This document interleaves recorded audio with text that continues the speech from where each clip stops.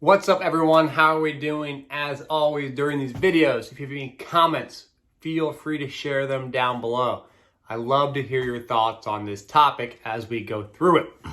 Now, this topic actually stems from a discussion or a piece I heard about Chael Sonnen talking about Nate Diaz's upcoming fight with Robbie Lawler.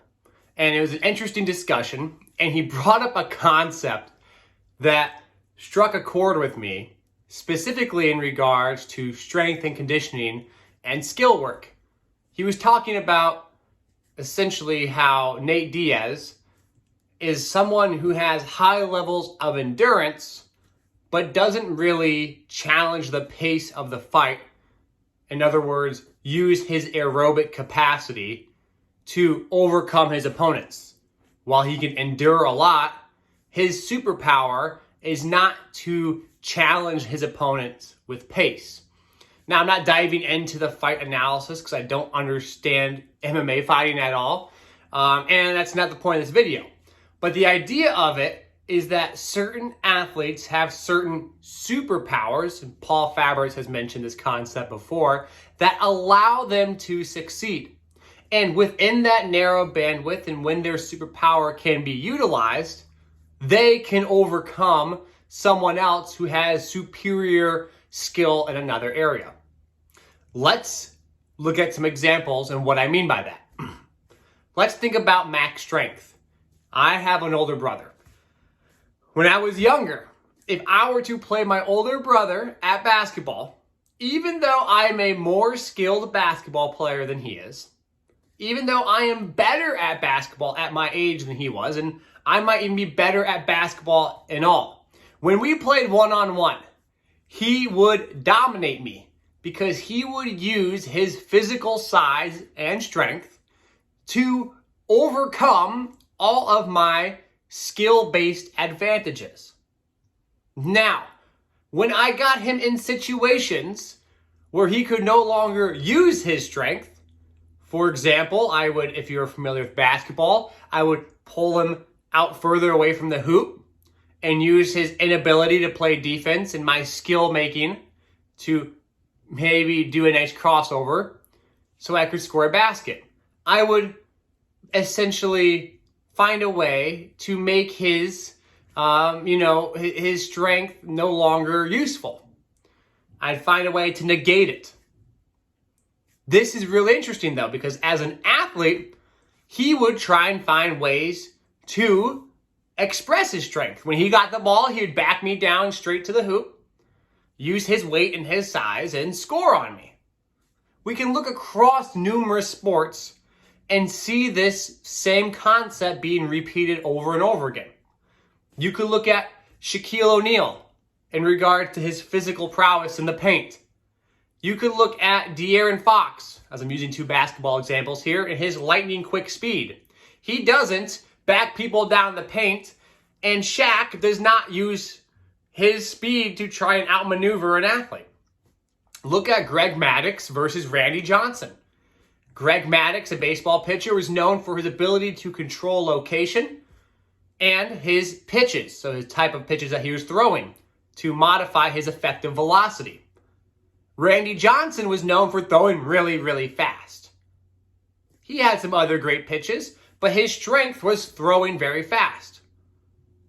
At no point in time did they flip roles, right? Did Greg Maddux try and overpower people? And was Randy Johnson trying to be overly precise with his pitching? They both used their strengths to excel in their sport. Now, we as coaches should respect their strength, understand what it is, and find ways to build robustness around it.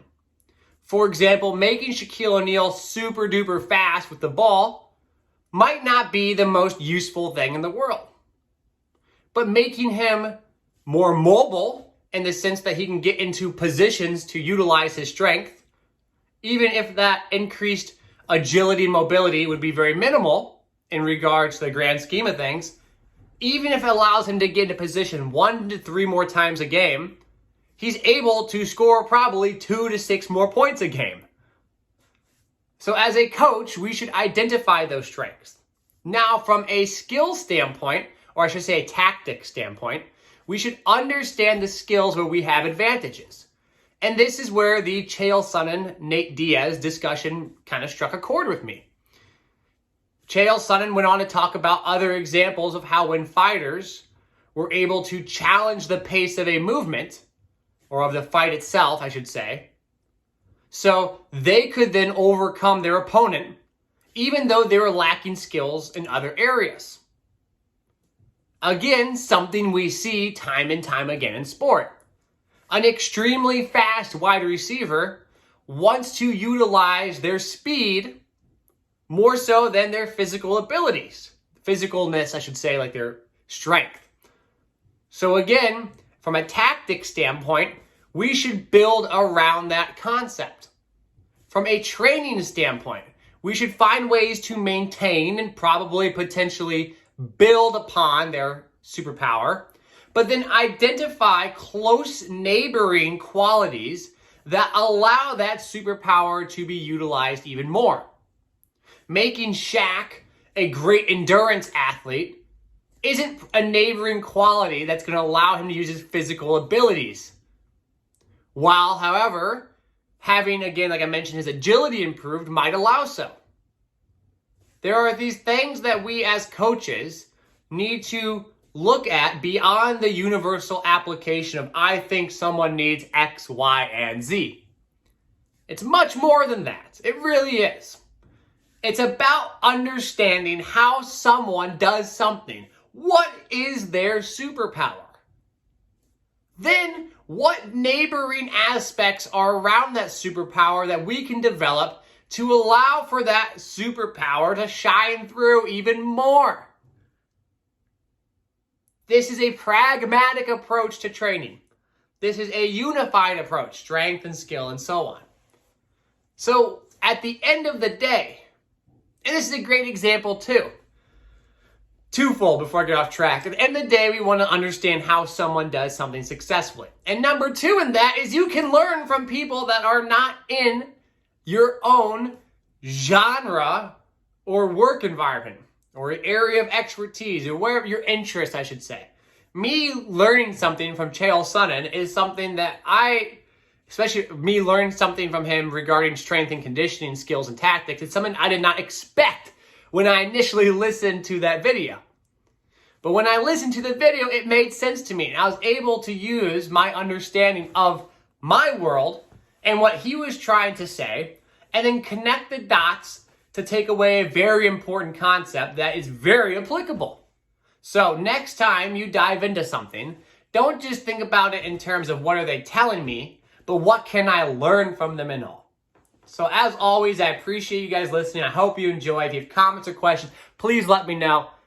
Subscribe, hit that notification bell. Feel free to like this video. I appreciate y'all and take care.